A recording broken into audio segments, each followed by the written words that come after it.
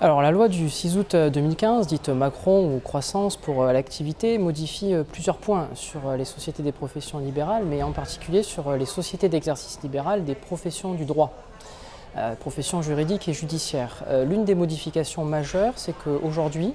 un professionnel en exercice peut confier la majorité de son capital et de son droit de vote à un même professionnel de la même profession, mais qui sera en exercice en dehors de la structure. Pour prendre un exemple concret, la société d'exercice libéral d'avocat, dont la profession, dont l'objet est la profession d'avocat, pourra par exemple être détenue par un avocat qui n'exercera pas dans la structure d'exercice. Là où il y a également des évolutions majeures, c'est que ces professionnels peuvent ne pas être situés, par exemple, sur l'État ou dans l'État français. Ça peut être un professionnel de la même profession, mais qui exercera la profession d'avocat dans un des États de l'Union européenne, dans l'espace économique européen ou dans la Confédération suisse. Et alors là où il y a de véritables innovations, c'est au niveau des différentes professions. En effet, une société d'exercice d'avocat peut par exemple aujourd'hui être détenue par un autre professionnel du droit, par exemple un notaire ou par exemple un administrateur judiciaire, qui donc n'exerce pas la profession d'avocat et qui éventuellement ne l'exerce même pas sur le territoire français. L'inverse est tout aussi vrai, c'est-à-dire qu'aujourd'hui, par exemple, un avocat peut détenir la majorité du capital et des droits de vote d'une société dont l'objet est la profession de notaire ou d'une société dont l'objet est la profession de mandataire judiciaire, par exemple.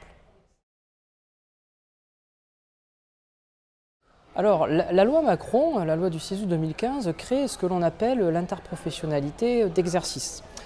qui ne doit pas être confondue avec l'interprofessionnalité capitalistique. En effet, différentes professions du droit ont la possibilité d'être associées ensemble, mais dans des structures holding, dans lesquelles aussi on peut avoir des associations avec les experts comptables et avec les commissaires aux comptes. Mais il y a aussi, et c'est ce que crée la loi Macron, l'interprofessionnalité d'exercice, c'est-à-dire la possibilité pour ces mêmes professionnels, en dehors tout de même des commissaires aux comptes, d'être associés dans des structures d'exercice, mais en n'exerçant pas la même profession.